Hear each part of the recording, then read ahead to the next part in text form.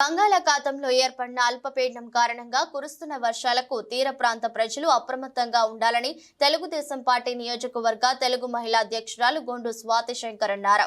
సముద్ర తీర ప్రాంతాలైన బందారువానిపేట, మత్స్యలేశం తదితర గ్రామాల్లో ఆదివారం ఆమె పర్యటించారు. ఈ సందర్భంగా మాట్లాడుతూ మత్స్యకారులు బోట్లు, వలలను సురక్షిత ప్రాంతానికి తరలించాలని చెప్పారు. సముద్రం అల్లకల్లోలంగా ఉన్నందున మత్స్యకారులు మరో 2 రోజుల పాటు వేటకు వెళ్లొద్దని ఆమె సూచించారు. వర్షాల కారణంగా నష్టపోయిన మత్స్యకారులను ఆదుకుంటామని హామీ ఇచ్చారు. సీజనల్ వ్యాధులు ప్రబలుతున్న దృష్ట్యా ప్రజలందరూ అప్రమత్తంగా ఉండాలని సూచించారు. అనారోగ్యం బారిన పడితే వెంటనే ఆలస్యం చేయకుండా వైద్యులను సంప్రదించాలని, పరిసరాలను పరిశుభ్రంగా ఉంచుకోవాలని ఆమెతో పాటు గారం మండల టీడీపీ నాయకులు, కార్యకర్తలు ఉన్నారు.